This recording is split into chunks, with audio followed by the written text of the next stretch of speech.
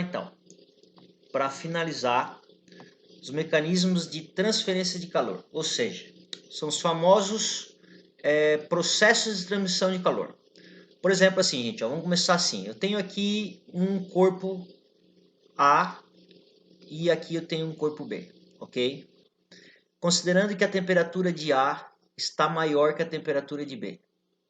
Ou seja, o calor vai passar de A para B.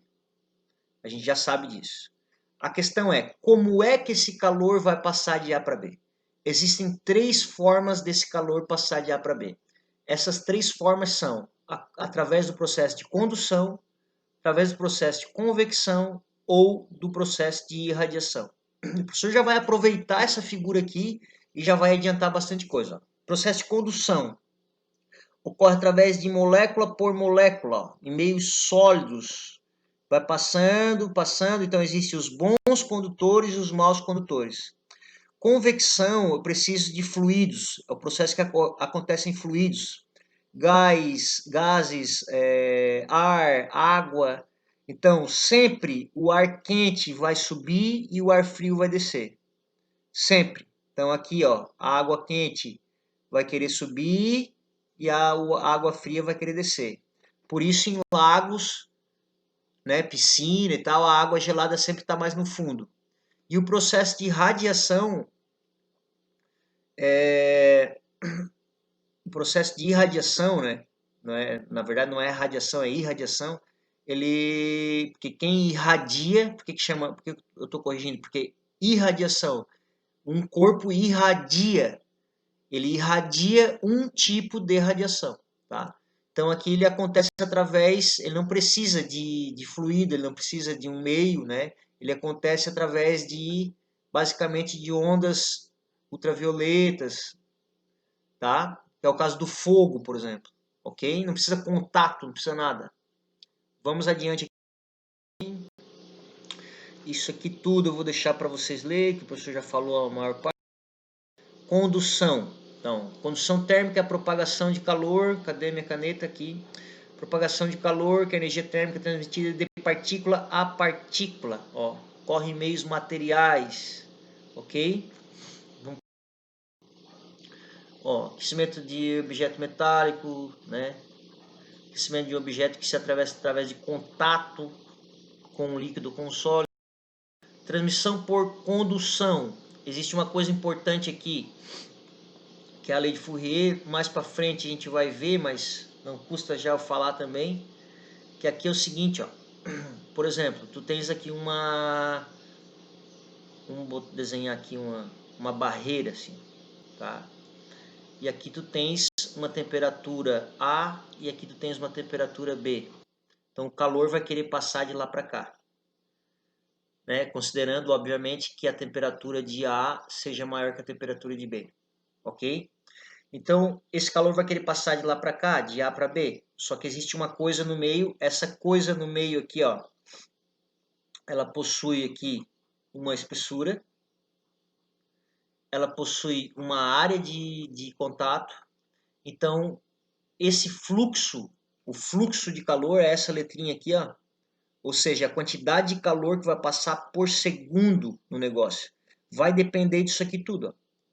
Vai depender do K. O que é o K? É a condutividade térmica do material. Então, se ele é um bom condutor ou não. Vai depender da área que eu tenho de contato. Esse delta θ aqui, na verdade, é a variação da temperatura. Então, quanto maior for a variação de temperatura, maior vai ser o fluxo.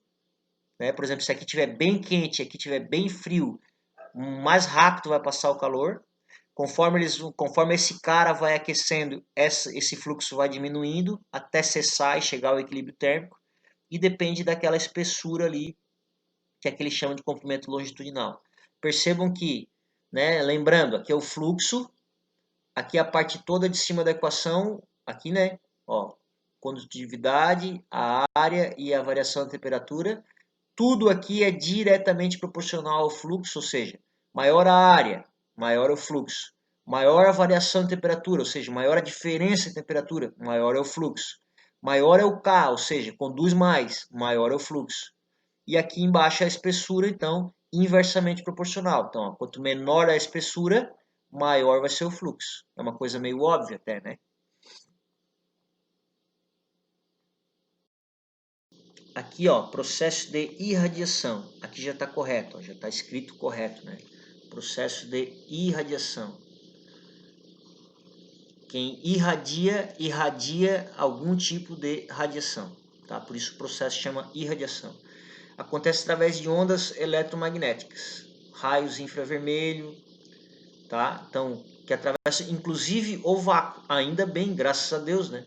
Que existe esse processo, porque aqui está a Terra e aqui está o Sol. Então, imagina se não acontecesse no vácuo, se não houvesse transferência de calor no vácuo, a gente estava tudo morto, né? Exemplos de calor emitido pelo Sol à Terra, o calor emitido por uma fogueira, forno, lâmpadas, etc. Ok. Convecção é aquela parte que o professor falou de líquidos, fluidos e tal, né? Ó, líquido mais frio, tendo densidade maior, desce, ocupando seu lugar, cria as correntes de convecção. A gente discutiu bastante isso aqui em sala de aula, pelo menos na minha turma, quando eu falei lá do furacão, tal, aquela história toda no início, lá no presencial ainda, né? Quando a gente ainda estava se aglomerando. Aqui também a questão da geladeira, chaminés e tal, da parte de convecção, né? A questão da geladeira, antigamente era assim, né? O freezer era dentro da geladeira, de propósito, para o ar frio descer, ó, e o ar quente subir.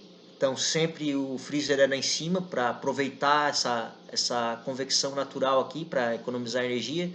Hoje em dia já é bem diferente, porque já tem muita eletrônica envolvida, muitos sistemas, então o freezer já pode ser separado, né? A famosa duplex. Aqui, ó, que o professor falou no slide anterior, ó, aquelas brisas marítimas que a gente conversou em sala de aula, né? Que é a questão da água, da terra, do mar, do vento de dia, do vento de noite, aquela história toda. Isso aqui eu vou dar uma puladinha. Ó, aqui tem uma tabela com alguns Ks aqui, de alguns materiais. A garrafa térmica é muito interessante. A hora que aparecer a figura dela aqui, eu vou explicar isso aqui tudo lá dentro, tá? Tá aqui, ó. Então, por exemplo, ó, a garrafa térmica, para quem não sabe, ela tem aqui um espelho, tá? Então, por que ela tem esse espelho? Vamos lá. Ela tem esse espelho porque se isso aqui tá quente, vai sair aqui o calorzinho, ó, ele vai bater aqui nesse espelho e vai refletir para cá. A tampa, ela serve para isolar a entrada de ar, ou seja, então eu isolando a entrada de ar, eu isolo o processo de convecção, certo? Eu tendo esse espelho aqui dentro, eu garanto que essa onda de calor não saia. Então eu isolo o processo de irradiação. E eu tendo aqui, ó, vácuo no espaço entre as paredes, se eu tenho vácuo, eu não vou ter o processo de condução. Então a garrafa térmica ela é um equipamento bem simples, mas bem legal porque ela tenta evitar o máximo dos 3 processos, né?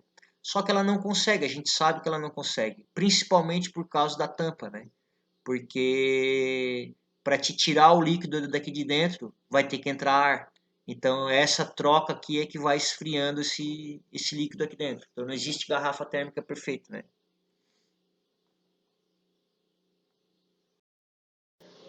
Vou deixar para vocês fazer, tá? Já tem o gabaritinho, professora Larissa é uma benção, já deixa até resolvidinha, é uma mãe, não é uma professora. Aqui também, deixa tudo. Ó, isso aqui tudo é o que o professor já explicou lá naquela outra figura, que é a famosa lei de Fourier, tá? Aqui ele já escreve a equação melhor, né? Aqui ele já bota aqui, ó, o Ezinho de espessura, ele já escreve aqui o ΔT como variação de temperatura, tá? Aqui tem um exemplo usando tudo isso. O exemplo está bem resolvidinho aqui. Vou fazer um com vocês pelo menos. Então, vamos lá. Uma pessoa cuja pele está a 36 graus, então é uma temperatura, está usando uma roupa de frio de 5 milímetros de espessura. Então aqui, ó, já tenho o valor da espessura. Em um ambiente que está 11 graus. Então, ó, o ambiente está 11 graus e o meu corpo está a 36 graus. Daqui eu já tenho a variação de temperatura. O material de que é feita a roupa tem condutividade térmica de 5. Está aqui o casinho da roupa. Calcule a quantidade de calor. Calcule, isso que é importante. Quantidade de calor por unidade diária perdida. Por unidade diária. Tá, gente? Eu achei que esse exercício era mais simples, mas não. Tá uma complicadinha. Por unidade diária. Perdida pela pele dessa pessoa em 1 hora. Tá, então vamos lá. Então, a área, vamos ver aqui, quantidade de calor, tá aqui, o K eu tenho, o A eu vou usar aqui 1 centímetro quadrado, para a gente ter uma base, porque ele quer a resposta em caloria por centímetro quadrado, tá? A variação de temperatura a gente já sabe, que é a temperatura corporal menos a temperatura ambiente, e a espessura da roupa. Assim a gente encontra o fluxo, só que o fluxo é dado em caloria por segundo. Veja bem, em 1 hora a gente sabe que existe 3.600 segundos, tá? Que é o que ele quer aqui, em 1 hora. Então se eu estou perdendo, né, 0,025 calorias a cada segundo, quanto que eu vou perder em 1 hora? Então eu vou perder em 1 hora 9 calorias por centímetro quadrado. Essa é a conta, simples assim, tá? Aqui tem mais um exercício, no mesmo sentido do outro, tá, gente? Então esse aqui eu vou deixar para vocês degustarem sozinhos aí. Que depois vamos trabalhar bastante exercício também, né? Para fazer, faça uma leitura do resumo do capítulo 18, páginas 203 e 204 do livro Halliday. Vamos trabalhar na próxima aula com os exercícios selecionados do capítulo 18. Muito bem. O professor vai selecionar esse final de semana quais são e já vai passar para vocês, tá? Gente, uma ótima semana para vocês. Estamos chegando na reta final, né? Vamos paciência uns com os outros, nós com vocês, vocês com a gente, e vamos mandar a bala aí que falta um mês e pouquinho, a gente termina tudo isso aí, vamos ver o que vai dar. Tá bom? Um abraço, fiquem com Deus, usem álcool em gel. Mais uma vez, obrigado para a professora Larissa que fez os slides, tá? Obrigado para vocês que estão acompanhando aí no Teams, fazendo as coisas, tá bem legal, tá? E é isso aí. Beleza, gente? Fui, abraço, tchau, tchau.